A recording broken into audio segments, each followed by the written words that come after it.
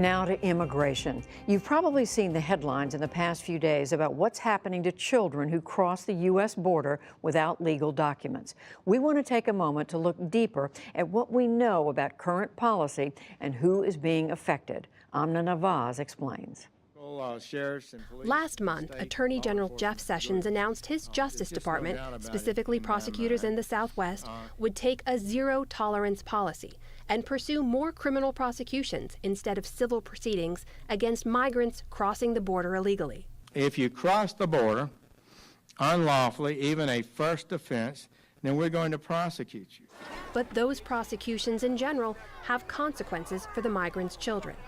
When a parent is taken into custody to face prosecution, any children with them, by law, are placed in the care of a federal agency, the U.S. Department of Health and Human Services, or HHS, which houses them in temporary shelters. If you don't want your child to be separated, then don't bring them across the border illegally. It's not our fault that somebody does that. How many children have been separated from their parents?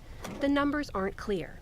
The New York Times previously reported that, quote, more than 700 children have been taken from adults claiming to be their parents, including more than 100 under the age of 4.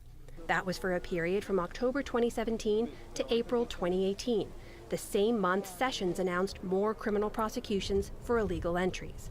And more prosecutions means more families would be separated. Once they're separated from their parents, those children become classified as unaccompanied minors. Still, other children arrive alone at the border.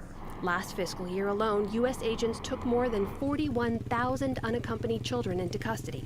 And it's up to HHS to place them in safe settings, with preference given to family, as the children await proceedings.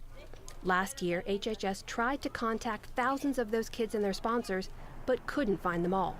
The head of the office in charge of their placement was asked about that on Capitol Hill. Okay. About 1,475 kids out of 7,000 roughly that you called, you had no idea where they were. That's not 100%. That's about 19% totally unaccounted for. Why did you say 100%? I was trying to illustrate to the senator that immediately upon release, we know how everyone is, and that time and tides intervene to change that. That prompted headlines and a social media outcry. HHS now says those nearly 1,500 kids aren't lost. They just didn't answer their 30-day follow-up phone call, a step HHS said it recently added to check up on their well-being. But what do we know about those children? We know many arrived alone at the southern border, and that most were from Honduras, Guatemala, or El Salvador, according to government data.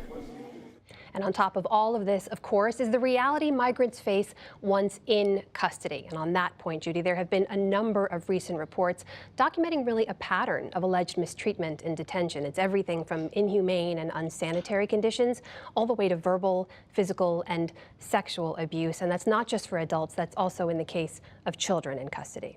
And certainly all that requires is going to require and calls for more reporting. Absolutely. Amna Nawaz, thank you.